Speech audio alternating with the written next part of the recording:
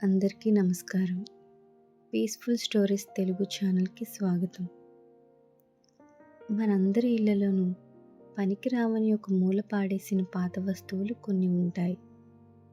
కానీ ఆ పాత ఇనుము ముక్కల వెనుక మన కంటికి కనిపించని ఎన్ని కన్నీళ్ళు, ఎంతటి త్యాగాలు దాగి ఉంటాయో ఎప్పుడైనా ఆలోచించారా? ఈరోజు మనం చెప్పుకోబోయే కథ ఒక పాత కుట్టు మిషన్ గురించి కాదు. ఒక నానమ్మ తన రక్తాన్ని చెమటగా మార్చి తన కుటుంబాన్ని నిలబెట్టిన ఓ గొప్ప పోరాటం గురించి. ఈ కథ విన్నాక మీ ఇంట్లో ఉన్న పాత వస్తువులను మీరు చూసే కోణమే మారిపోతుంది. ఇక కథలోకి వెళ్దామా?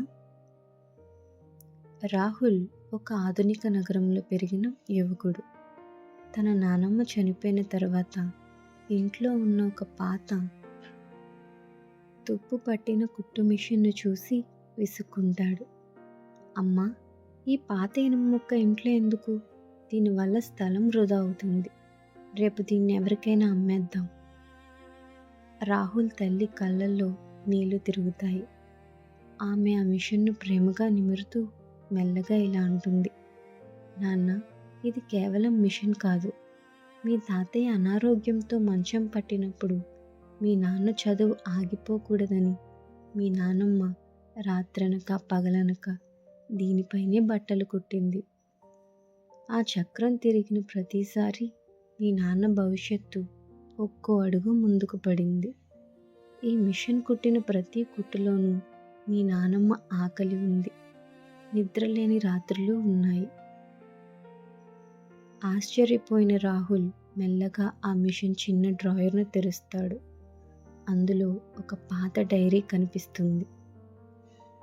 ఈరోజు చేతులు బాగా నొప్పులు పుడుతున్నాయి, కానీ రేపు నా కొడుకు స్కూల్ ఫీజు కట్టాలి, ఇంకా 10 బ్లౌజులు కుట్టాలి.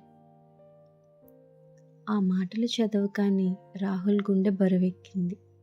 తన కళ్ళల్లో నీళ్లు నిండిపోయాయి. తను పనికిరాని వస్తువు అనుకున్నదే తన కుటుంబ గౌరవానికి పునాది అని అతనికి అర్థమైంది. ఈ కథ మనకు చెప్పేది ఏమిటంటే, వస్తువుల విలువ వాటి ధరలో ఉండదు, వాటి వెనుక ఉన్న ప్రేమలో ఉంటుంది, త్యాగంలో ఉంటుంది. మన కన్నవారి కష్టాన్ని మనం గౌరవించినప్పుడే మన జీవితానికి పరిపూర్ణత లభిస్తుంది. మీ ఇంట్లో కూడా ఇలాంటి జ్ఞాపకాలు ఉన్నాయా? కామెంట్స్లో మాతో పంచుకోండి. ఈ కథ మీకు నచ్చితే లైక్ చేయండి. మరిన్ని మంచి కథల కోసం పీస్‌ఫుల్ స్టోరీస్ తెలుగు ఛానల్ని సబ్స్క్రైబ్ చేసుకోండి. మళ్ళీ మరొక కథతో కలుద్దాం. నమస్కారం.